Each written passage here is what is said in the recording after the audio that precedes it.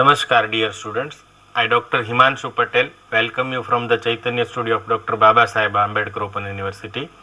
We are in lecture series on Java programming. Before we start, let us have glance over last lecture's detail. In last session, you have learned how and why Java came about and what makes it is so important. We also discuss some of the features of Java, and we learn that Java is a object oriented programming language. Today our topic is all about object oriented concepts.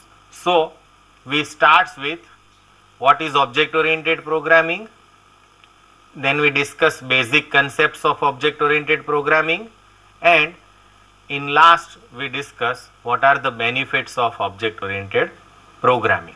So let us start with what is object oriented programming. An object oriented programming organizes a program around its data or object and set of well defined interface to that data.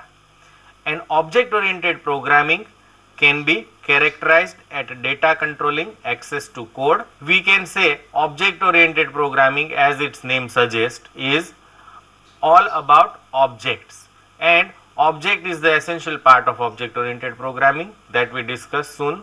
And the major aspect of object oriented programming is abstraction.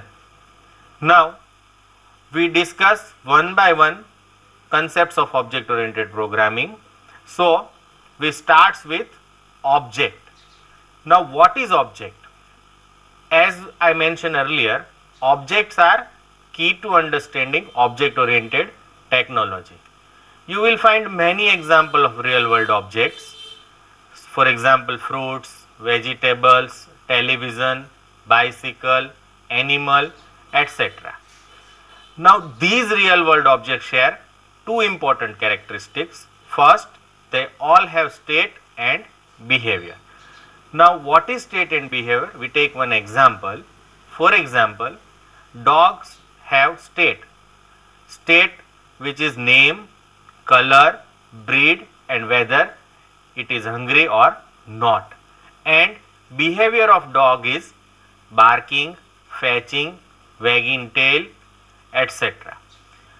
Identifying the state and behavior for real world object is a great way to begin thinking in terms of object oriented programming. So whatever program you are writing, you have to think in terms of object. Now we take example of conceptual objects. Conceptual object includes risk, agreement, and profit. Now many objects have both physical as well as conceptual aspects. So object may be physical as well as conceptual. The most fundamental idea behind object technology is that these real world objects should be represented in software system through logical units called object. In object oriented programming, we have to map real world object with software object, or to represent it in terms of software design. Now software objects are conceptually similar to real world object. They also consist of state and related behavior.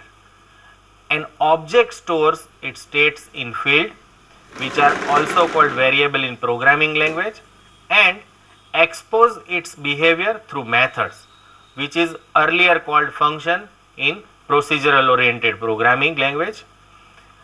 Now these methods operate on an object internal state and serve as a primary mechanism for object to object communication.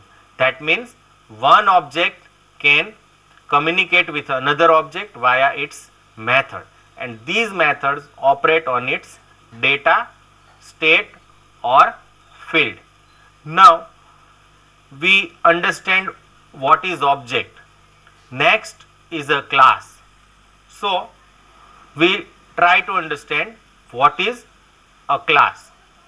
We can say a class is a blueprint or prototype from which objects are created. Now class that models the state and behavior of real world object. So we can say class actually defines how object behaves. It intentionally focuses on the basics. A class can cleanly model state and behavior. Classes are template for defining similar object, providing the basis for abstracting the common characteristics of real world object. We can say group of similar object is a class. Now we take one example. For example, potato, brinjal and tomato is an object of type vegetable, while the common name for all is vegetable. So we can say vegetable is a class and potato, tomato and brinjal may be the object of that class. The primary role of class is to specify the method and variables to be used by the object. As we mentioned earlier, object consists of two things. One is a state or data and another is behavior or method. So class defines these two using some data type and methods in programming language. Now next important point is abstraction. So we discuss what is abstraction.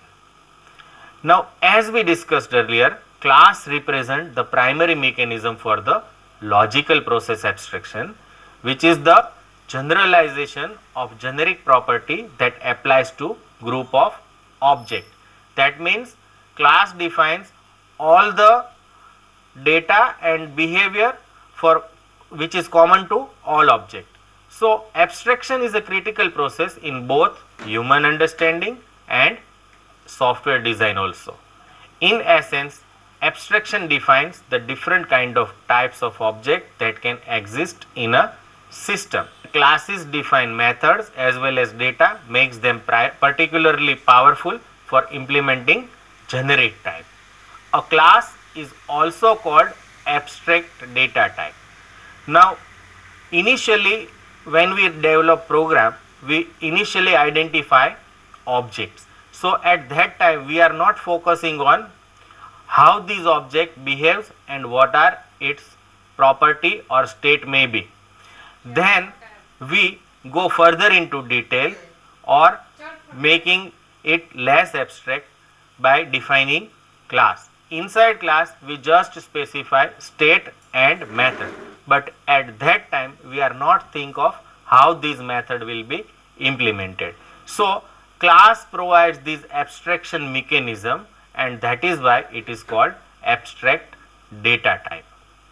Now we discuss encapsulation, which is also important part. So we discuss that object consists of two things. One is state and another is behavior. So hiding internal state and requiring all interaction to be performed through an object's method is known as a data encapsulation. That means our data is not directly accessible outside our class, but it can only be accessed through a method which is a public. So these mechanism binding data and method together is known as a encapsulation. Encapsulation is the mechanism for packaging related data and procedure together within objects. We can say an object is a software capsule that functions as a black box, responding to message from other objects and dispatching message of its own in way that do not reveal its internal structure. That means object can share data with each other via method only. No direct access is provided for data. In this way, encapsulation supports and extends the proven principle of information hiding, and it is a valuable because it prevents local changes from having global impact. This was the problem with procedural oriented programming. So this problem of hiding data is solved with the help of encapsulation. For example, one program provides method which is used by another program. So if I change the method body or implementation of method, it does not bother me, because we are just allowing others to call this method and not provide details how this method is implemented. In practice, this is achieved by declaring all variable to be private or hidden from view outside of the object. In most object languages, method as well as data may be declared to be private, and it allows the internal operation of an object to be hidden from a view. That means data should not be directly accessible by anyone other than class methods, and other can access this data by calling method of class. Now this approach offers the greatest flexibility in terms of future changes to the object. So we can say encapsulation is a most important aspect of object oriented programming. The next is a polymorphism. So we discuss what is polymorphism is. A polymorphism is the ability to implement the same message in different way in different objects. The fact that different object can respond to the same message in different way is known as a polymorphism. The power of polymorphism is that it greatly simplifies the logic of program. A requester no longer has to use nested if statements or complex case statement to call the appropriate procedure. Instead, the proper procedure is automatically invoked by sending a request to a particular object. Now, polymorphism messaging has several advantages over conditional conventional logic. First is, it is much shorter, reducing the size and complexity of the resulting program code. Second, it executes faster because the program code compiles down to a direct jump to the appropriate procedure rather than passing through a real-time shift to identify that procedure. Third, it is more flexible in that a new financial instrument can be added or old one removed without having to rewriting the selection logic. Now we take example of polymorphism. Now suppose I want to add two number, then my method name may be add.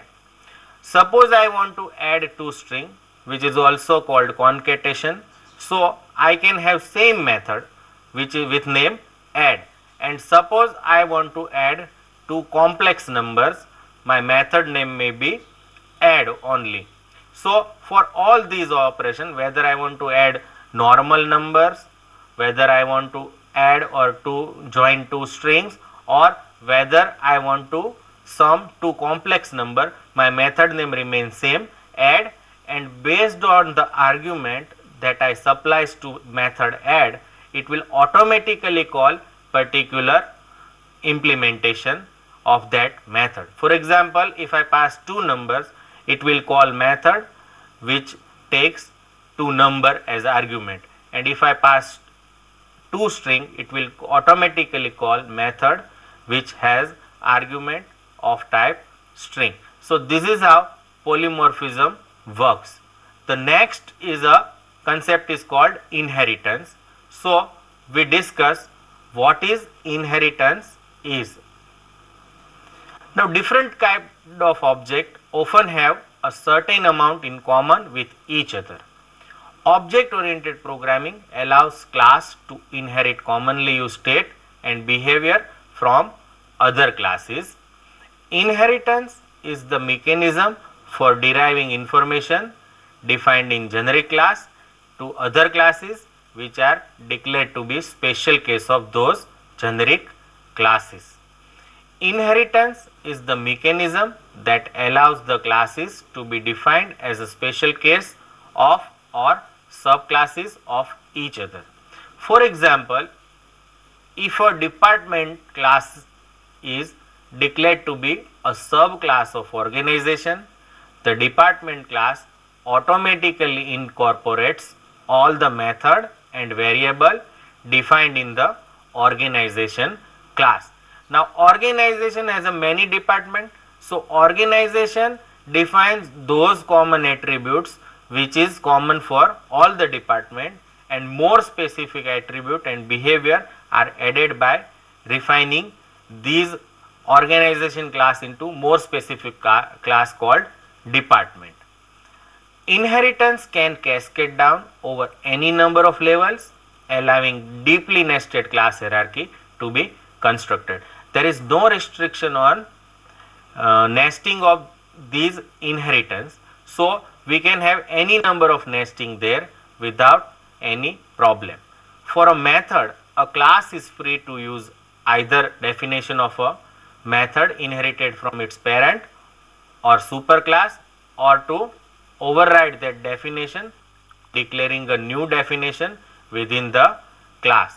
For example, base class has a method with name A, so it is automatically inherited by its child, and child is free to use either method of its parent which is A, or it can re-implement these method. So this new definition then becomes the inherited definition for classes below that class in the class hierarchy. So this feature is known as a overriding, and overriding can ensure at any number of levels, providing a highly flexible mechanism for capturing both general rules of processing and special case where processing differs from these rules. So this is a important features called overriding. The use of inheritance with overriding allows generalization and specialization. Now what is generalization? Generalization is form of abstraction in which methods are defined at the most general level at which they apply, and specialization allows unique features to be declared simply by overriding the generic method with more specific methods.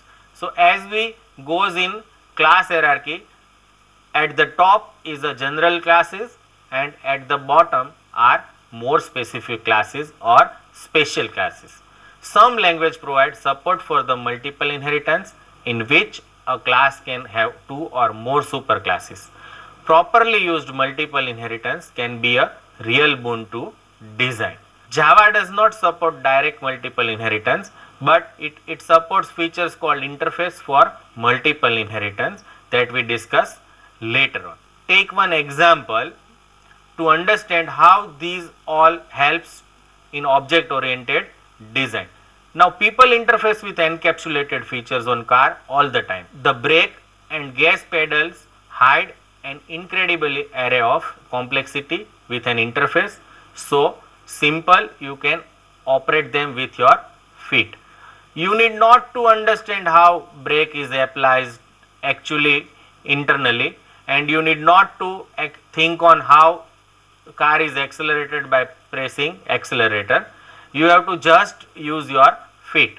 The implementation of the engine, the style of brake and the size of tires have no effect on how you interface with the class definition of the pedal. So this is example of abstraction. You need not to think on how these pedals, brake pedals and accelerator works. It is hides from you. You have to just operate them with your feet. Now next, polymorphism is clearly reflected in the ability of car manufacturers to offer a wide array of options on basically the same vehicle. The basic model remains same. Some offers power steering, some offers power window, some offers music system. So these are the multiple options offered by car manufacturer. So these base remain same, but features can be added on this basic model. So this is example of polymorphism. For example, you can get an anti-lock braking system or traditional brakes, power or normal steering. You will still press the brake pedal to stop, turn the steering wheel to change direction and press the accelerator when you want to move. So these detail remain same whether you are using base model or luxury model, but these behavior does not change. So this is example of polymorphism. By the application of object-oriented principles, the various parts of complex program can be brought together to form a cohesive, robust, maintainable whole. So, car is also consists of different types of parts. So, this is how all together work in a object-oriented fashion that we can understand. Now, we discuss the benefits of object-oriented programming. Bundling code into individual software objects provide a number of benefits. Now, what are these benefits? The first benefit is modularity. That means the source code for an object can be written and maintained independently of the source code for other objects. That means every object is a separate. Once created, an object can be easily passed around inside the system. The second advantage is information hiding, which is achieved by encapsulation. By interacting only with an object method, the details of its internal implementation remains hidden from the outside world. So, this is known as a information hiding. Another advantage is code reusability. If an object already exists, you can use that object in your program using inheritance. These allows to implement, test, debug complex task specific object which you can then run in your own code. The next advantage is pluggability and easy debugging. If a particular object turns out to be problematic, you can simply remove it from your application and plug in a different object as its replacement without affecting rest of the system.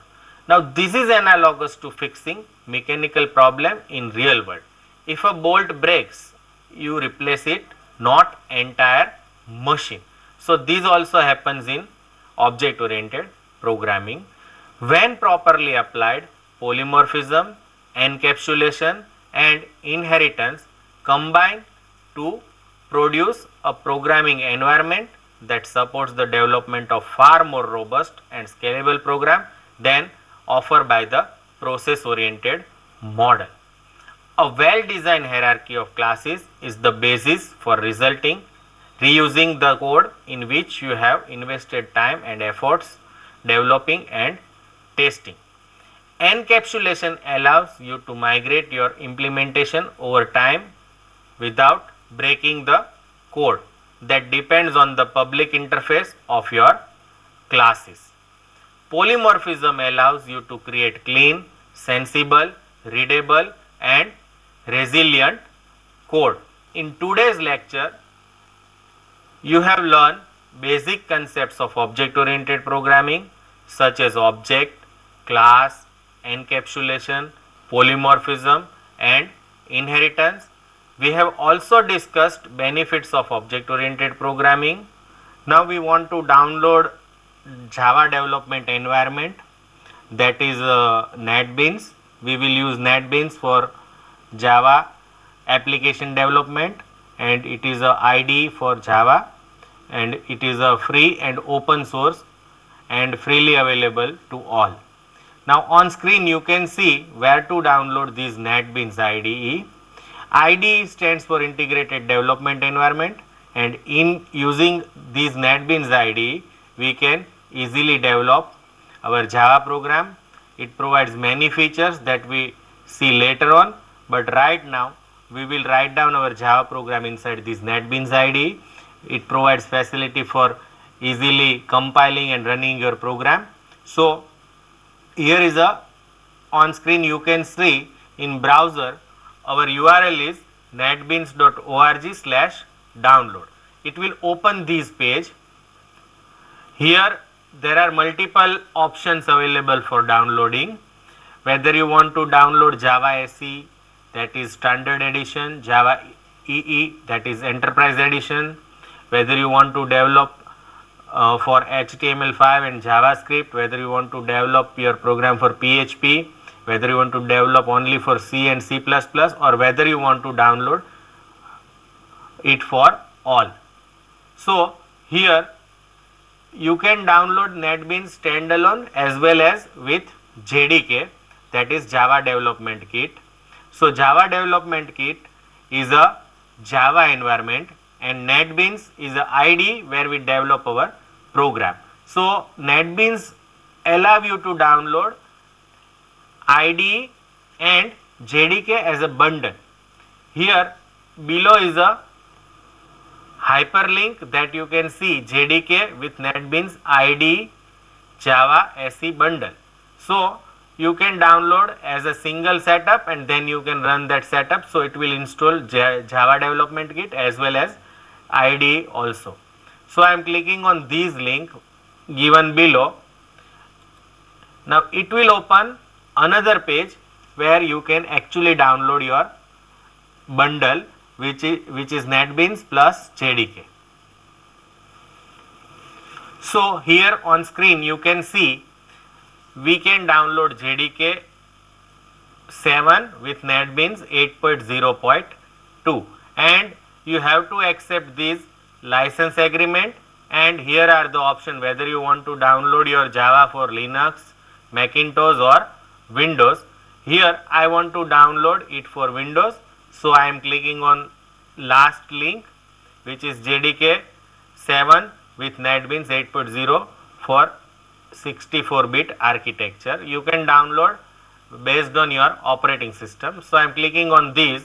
It will start downloading my JDK and NetBeans bundle. Here is my download folder where I can see that my setup is already downloaded. So to run this setup I just double click on this. Remember you must have permission for installing program on your computer. I am pressing run button here. So it will start installing these softwares. First it is installing JDK, so it displays welcome message for JDK 7 and here we have to press next. Here it shows how many space required.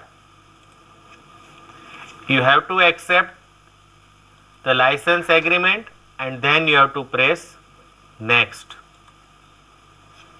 Here is the path for JDK. So I am using default path. You can change your path by clicking on this browser button, but here I am pressing next button. Here is the path for installing NetBeans and JDK for NetBeans is located where we select that path. So you have to press next if you don't want to change default path, otherwise you can change by clicking on browse button. Here I am pressing next button.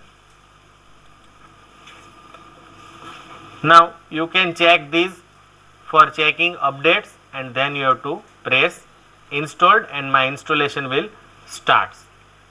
Here on screen you can see the progress of our installation. It will take some time for installation, so you have to wait until your installation finished.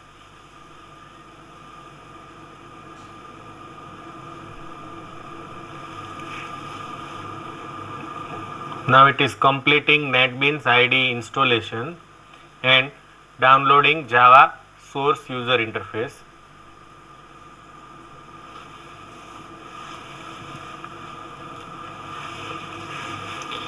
Now it displays message that installation completed successfully, and now you can press finish button.